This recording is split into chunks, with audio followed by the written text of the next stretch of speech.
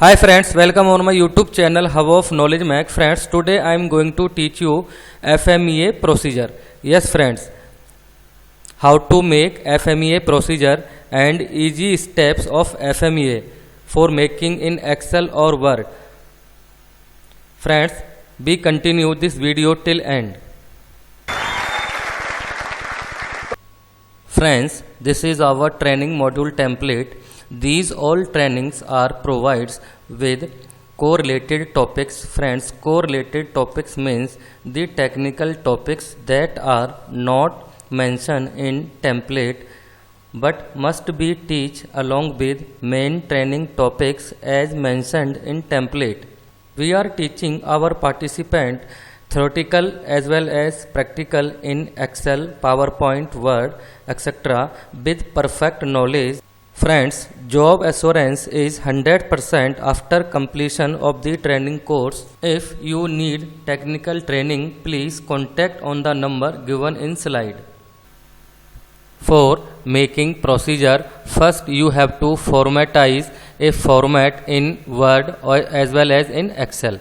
So friends, here this is the title of procedure, means procedure for process failure mode and effect analysis.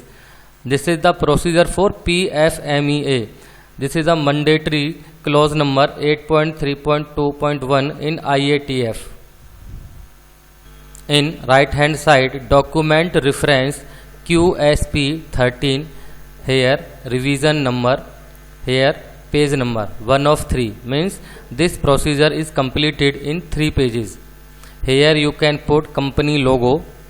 Now you have to lay down the procedure of FMEA. We start from point number first, purpose. What is the purpose of PFMEA? To establish a procedure to identify the potential process failure modes and their associates causes in order to initiate preventive actions. Second number, scope applicable to all manufacturing process. Here process owner is MDT leader. MDT means multidisciplinary team. Process owner कोई भी हो सकता है, आपका quality head भी हो सकता है, डेवलपमेंट हेड भी हो सकता है, but it's he should be a leader of MDT और you can say he should be leader of CFT. Step number 4, process means FMEA हम किस किस प्रोसेस में बनाएंगे और कौन कौन सी सिचुएशंस में हम बनाएंगे और कब कब इस प्रोसेस को रिव्यू करेंगे. Means following situations FMEA prepared oblique review. First, new process and new part. हम जब कभी नया पार्ट बनाएंगे या कोई नया प्रोसेस बिल्डअप करेंगे तो हमको FMEA बनाना पड़ेगा. Second step, ECN engineering change note के केस में हमको FMEA और PFMEA बनाना पड़ेगा. Third, customer complaint and warranty issues. Customer complaint के बेस पे हमको इसको रिव्यू करना पड़ेगा और वारंटी से कोई इशूज़ आएगा उसके बेस पे हमको FMEA को रिव्यू करना पड़ेगा. Because friend, FMEA is a live document, so we have to keep it in soft floor in updated form. Fourth, process change. Process में अगर कोई चेंज आ रहा है उस केस में भी हमको अपने PFMEA को रिव्यू करना पड़ेगा. फिफ्थ है पास्ट ट्रबल डाटा. FMEA को जब हम बनाएंगे तो आपकी पास्ट हिस्ट्री जो भी होगी फेलियर्स की, डेवलपमेंट फेलियर्स की या इन हाउस कंप्लेंट्स की, कस्टमर कंप्लेंट्स की, उनके बेस पे we have to prepare a FMEA, the keeping in mind the past travel history data. Point number 6, internal PPM high contribution defect. अगर आपके internal PPM ज़्यादा आ रहा है और इसका डिफेक्ट्स बहुत ज़्यादा आ रहे हैं, जो हाईली डिफेक्ट्स होंगे जो PPM को बढ़ाने में कंट्रीब्यूट कर रहे होंगे, उनको हम अपने FMEA में कंसिडर करेंगे. 7th point, CPK less than 1.33. अगर CPK की वैल्यू 1.33 से कम आ रही है then we have to review our FMEA. These are some situations where we have to make FMEA or we have to review the FMEA. Now let's move point number 4.1. For moving further, I clarify here serial number, and here activity and what kind of activity we have to follow for making PFMEA, and here input means किसी भी activity को करने के लिए हमको input की requirement होती है। इनपुट डॉक्यूमेंट क्या क्या चाहिए और इनपुट रिसोर्सेज क्या क्या चाहिए, ये हमारा है आउटपुट। आउटपुट मीन्स हमने जो भी एक्टिविटी की है अपने इनपुट को यूटिलाइज करते हुए उनसे हमें आउटपुट क्या निकल के आया है। हेयर रिस्पॉन्सिबिलिटी मतलब जिम्मेदारी किस किस की रहेगी। तो first point 4.1 FMEA is carried out for all the manufacturing process as identified in the process flow diagram by MDT। Process flow diagram के बेस पे हमको PFMEA बनाना है। तो इससे ये क्लियर हो गया FMEA बनाने के लिए आपको इनपुट में क्या क्या चाहिए, प्रोसेस फ्लो डायग्राम, जिसका डॉक्यूमेंट नंबर है QSF 1201। आउटपुट क्या निकल के आएगा, FMEA। जो भी हम FMEA बनाएंगे उसका डॉक्यूमेंट नंबर है QSF 1301। रिस्पॉन्सिबिलिटी किसकी है, MDT। आप यहाँ पे CFT भी लिख सकते हो। 4.2 एक्टिविटी क्या है, identify the potential failure mode of each process and find out the effect of each potential failure mode at the next operation, subsequent operation and at customer end, ensure checklist for developing PFMEA is used। आपको PFD को use करते हुए हर एक process का failure mode की list बनानी है और उसे प्रिवेंट करने के लिए आपको एक चेकलिस्ट तैयार करनी है, जिसके बेस पे you have to ensure the prevention of failure mode. Input क्या चाहिए आपको, आइडेंटिफिकेशन फेलियर मोड। आपको हर एक ऑपरेशन वाइज अपने फेलियर्स की लिस्ट बनानी है कि जो क्या क्या फेलियर मोड आपके ऑपरेशन वाइज आ सकते हैं। आउटपुट क्या निकलेगा, identification of effect of failure, responsibility MDT। Next point 4.3 based on the effect of failure mode assess the severity of the failure mode bye using severity ranking chart as पर 4th addition of FMEA manual. आपको यहाँ पर जितने भी failure mode निकल के आए हैं उनकी आपको सिवेरिटी की रैंकिंग पुटअप करनी है, जो कि आपको स्टैंडर्ड टेबल से मिलेगी। उसके इनपुट के लिए आपको क्या चाहिए, identification of effects of failure. आपको सबसे पहले इफेक्ट्स की आइडेंटिफाई करनी है, देन उसके बेस पे आपको सिवेरिटी की रैंकिंग को फाइंड आउट करोगे, कितनी सिवेरिटी की आपको देनी है by using standard table.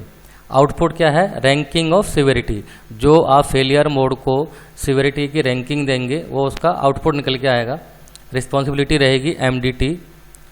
Point number 4.4 based on the severity ranking and the effects of failure classify the characteristics of the product by considering the fit, function, safety and statutory and regulatory requirements. If the characteristics fall under fit and function, then it is classified as a measure M. A safety and government regulation is classified as critical. During identification of failure mode and providing the severity ranking, you have to categorize your failure mode in measure or critical. The failure mode related to fit function and fit function performance, you categorize this failure mode in measure category, and the failures related to safety and government regulations you have to classified in critical category, यानी C, M for measure and C for critical। Input क्या निकल के आएगा, ranking of severity QWI 1301। ये आपकी severity का document number है। जो भी आप उसको टेबल को यूज़ करोगे या WI यूज़ करोगे उसका डॉक्यूमेंट नंबर है। आउटपुट क्या निकल के आएगा, आइडेंटिफिकेशन ऑफ स्पेशल कैरेक्टरिस्टिक्स। मतलब जो आपने CTQs निकल के आए हैं उन CTQs के बेस पर आपको अपने फेलियर मोड को कैटेगराइज किया है। तो क्या निकल के आएगा आउटपुट में, identification of special characteristics. Responsibility same रहेगी MDT और CFT। 4.5 based on the identified effects of failure mode, identify the potential cause or mechanism of failure by considering the rejection level at process due to particular causes, rank and occurrence rating by using occurrence rating chart as per 4th edition of FMEA manual. After defining the failure mode with severity ranking, then you have to put up occurrence rating of each failure mode by using past history data. Past history data means you are using ppm data for capturing your defects that indicate the frequency of occurrence of each defect. So you can use past travel history for put up the occurrence rating. Input क्या रहेगा? Identification of mechanism failure. आपको input के लिए आपको failure of mechanism को देखना पड़ेगा कि जो फेलियर मोड आपने आइडेंटिफाई किए हैं उनका आने का क्या कारण है, वो कैसे आ सकते हैं. ये आपको पुराने डाटा से ही मिल सकता है और एक्सपीरियंस के बेस पे भी मिल सकता है. और CFT का जो अपना एक्सपीरियंस है, जो आइडियाज़ पुटअप करेगी, उसके बेस पे भी आप पुटअप कर सकते हो. आउटपुट क्या निकलेगा? Occurrence ranking QWI 1302. यहाँ से आपको अकरेंस की रैंकिंग का आउटपुट निकलाएगा कि आपने हर एक डिफेक्ट को क्या क्या अकरेंस रेटिंग दी है. Responsibility MDT. Next point 4.6. For the identified potential causes or mechanism of failure the current process control prevention and detection is identified based on the same ranking of the detection is given by using detection rating chart as per the 4th edition of FMEA manual. Input क्या रहेगा? Identification of control. Output क्या रहेगा? Ranking on controls by using detection ranking chart QWI 1303. Responsibility MDT. Point number 4.7. After ranking severity, occurrence and detection, the risk priority number is identified. The risk priority number is product of severity, occurrence and detection. After defining the severity, occurrence and detection rating, you have to calculate the risk priority number. The risk priority number is multiplication of severity, occurrence and detection. Input क्या निकलेगा? Severity, occurrence and detection. Output क्या निकलेगा? RPN. इन तीनों का multiplication S into O into D. Responsibility MDT. 4.8. After identifying the RPN to all the process based on the RPN higher rating and higher severity rating, the recommended action are initiated. If severity value is 9 and 10, the threshold limit for RPN is 54. And if the severity is 8 and below the 8, threshold limit for RPN value is 96. For the RPN value less than 96, no recommended action will be initiated. Threshold value of severity and occurrence decided as per the table number 1 for recommended action. Table number 1 आपको next slide में समझाऊंगा. यहाँ पे 4.8 में वो ये कह रहा है आफ्टर कैलकुलेशन ऑफ RPN यानी रिस्क प्रायोरिटी नंबर, उसके बेस पे आपको एक्शन प्रायोरिटाइज करना है कि आपकी जो RPN की जो वैल्यू है 96 से नीचे है तो आपको एक्शन नहीं लेना है, 96 से ऊपर है तो आपको एक्शन लेना है. और एक्शन आप डिसाइड करोगे सिविरिटी के बेस पे. अगर सिविरिटी की रैंकिंग आपने 8 से ज़्यादा दे रखी है और 8 दे रखी है, then still you have to take action. Input क्या आएगा? Risk priority number and recommended action on RPN. आपको वहाँ पे अकॉर्डिंग टू RPN आपने जो है एक्शन को पुटअप करना पड़ेगा, क्या क्या एक्शन आपने वहाँ पे लिया है. This is the table number 1. RPN cut off. RPN cut off आपकी greater than 96 and greater than 54. अब ग्रेटर देन 96 और ग्रेटर देन 54 में सिविरिटी एंड अकरेंस की रेटिंग क्या क्या दिखा रखी है. अगर सिविरिटी 1 to 4 है और अकरेंस 1 to 3 है, देन नो एक्शन रिक्वायर्ड. अगर severity 1 to 4 and occurrence 4 to 10 है, scrap and rework action is allowed. अगर सिविरिटी 5 to 8 है और अकरेंस 1 to 3 है, देन डिटेक्शन जोन. अब you can detect the failure mode. If RPN cutoff greater than 54, severity is 5 to 8 and occurrence is 4 to 10 then major risk zone. आपको यहाँ पे action लेना ही पड़ेगा क्योंकि this is fall under major category. If severity 9 to 10 and occurrence 1 to 10 critical risk zone, this is the critical risk zone, so this is not allowed. Here you have to take action for each and every failure mode. Now next 4.9, by considering the continual improvement on the RPN value, the targeted RPN value will be also be revised accordingly and recommended actions are initiated on top 3 RPN process. Pokayoke will be installed if severity will be 8 or above. Detection will be 9 or 10. Refer Pokayoke installation matrix. According to RPN, अगर RPN की value आपकी cut off से ज़्यादा आ रही है तो आपको वहाँ पर एक्शन लेना पड़ेगा। और एक्शन किस फॉर्म में होगा? पोकायोके की फॉर्म में, काइजन की फॉर्म में। अगर डिटेक्शन आपका 9 to 10 के बीच में है तब भी एक्शन लेना है, और सिविरिटी आपकी 8 है और उससे ज़्यादा है तब भी आपको एक्शन लेना मैंडेटरी है। वहाँ पे आपको पोकायोका ही लगाना पड़ेगा। इनपुट क्या निकल के आएगा? Risk priority number, defect FMEA ranking, इसका डॉक्यूमेंट नंबर है QSF 1302। आउटपुट क्या है? Recommended action on RPN। यहाँ पे आपको जो भी रिकमेंडेड एक्शन है उसकी लिस्ट बनानी पड़ेगी। And responsibility MDT। 4.10, after identifying the recommended actions the resultant severity occurrence detection are calculated.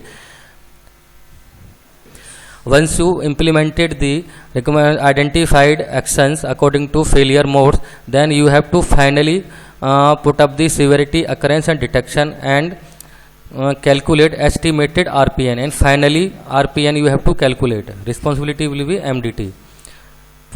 Point number 4.11, against the target date of completion of recommended actions, the actions taken are reviewed and the dates are collected to revise the new RPN value. FMEA review at every 3 months. यहाँ पे हमने frequency decide कर दिया कि आपको FMEA को every 3 month में review करना है। और कुछ सिचुएशंस जो ऊपर दे रखी हैं, कस्टमर कंप्लेंट वगैरह पे भी करना है, ECL पे भी करना है, आपका PPM ज़्यादा बढ़ रहा है उस केस में भी करना है। अगर कोई आपकी ऐसी सिचुएशन नहीं बन रही है तो आपको एवरी 3 मंथ में अपने FMEA को क्या करना है? रिव्यू करना है। यहाँ पे आपका इनपुट आएगा डाटा कलेक्शन, आपको डाटा कलेक्शन करना है। उसके बेस पे आपको न्यू रिजल्टेंट RPN, आपको न्यू RPN निकालना है। जो प्रॉब्लम अगर आ चुकी है उसके लिए आपने दोबारा से कोई एक्शन लिया है तो आपको दोबारा से सिविरिटी, अकरेंस, डिटेक्शन निकालनी पड़ेगी और न्यू RPN निकालना पड़ेगा। Responsibility will be MDT। 4.1.2, whenever the customer complaints, major rejections, major field failures, warranty claims are occurred, the FMEA is reviewed। जैसे अभी आपको मैंने ऊपर बताया था, अगर 3 मंथ में तो करना ही करना है और उसके अलावा कोई मेजर फील्ड फेलियर आता है, रिजेक्शन आती है या कस्टमर कंप्लेंट आती है, उस केस में भी आपको FMEA को रिव्यू करना पड़ेगा। इनपुट रहेगा इसमें review of FMEA and new resultant RPN। जब भी आप एक्शन लेने के बाद नया सिवियरिटी, अकरेंस, डिटेक्शन निकालोगे तो आपको रिजल्टेंट न्यू RPN भी निकालना पड़ेगा। Responsibility will be same, MDT और CFT। These are some reference documents. First, severity ranking chart। आपको FMEA बनाने के लिए अगर आप फेलियर मोड की सिवियरिटी रैंकिंग जब आप दोगे तो आपको स्टैंडर्ड चार्ट को फॉलो करना पड़ेगा जिसका डॉक्यूमेंट नंबर है QWI 1301। Occurrence ranking chart, problem की अकरेंस रेटिंग देने के लिए आपको अकरेंस रैंकिंग टेबल यूज़ करना पड़ेगा जिसका डॉक्यूमेंट नंबर है QWI 1302। Detection ranking chart, detection ranking chart का डॉक्यूमेंट नंबर है QWI 1303। ये document step number 6, record reference. When we making FMEA then we have to take reference the following document, failure mode and effects analysis QSF 1301। ये आपको record maintain भी करने पड़ेंगे FMEA बनाने के बाद। Defect PFMEA ranking QSF 1302। Poka yoke installation matrix QSF 1303, मतलब आपने जो जो पोकायोके लगाए हैं उनकी आपको मैट्रिक्स बनानी पड़ेगी। Checklist for developing PFMEA। PFMEA को बनाने के लिए जो भी आपने चेक पॉइंट यूज़ किए हैं या आपने प्रोसेस को फॉलो किया है उसका आपको डॉक्यूमेंट का रेफरेंस बनाना पड़ेगा as a record. The document will be QSF 1304. So friends, this is the procedure for making process failure mode and effect analysis. I hope you guys are understand. If having any clarification, you can call me the number given in slide. Thank you.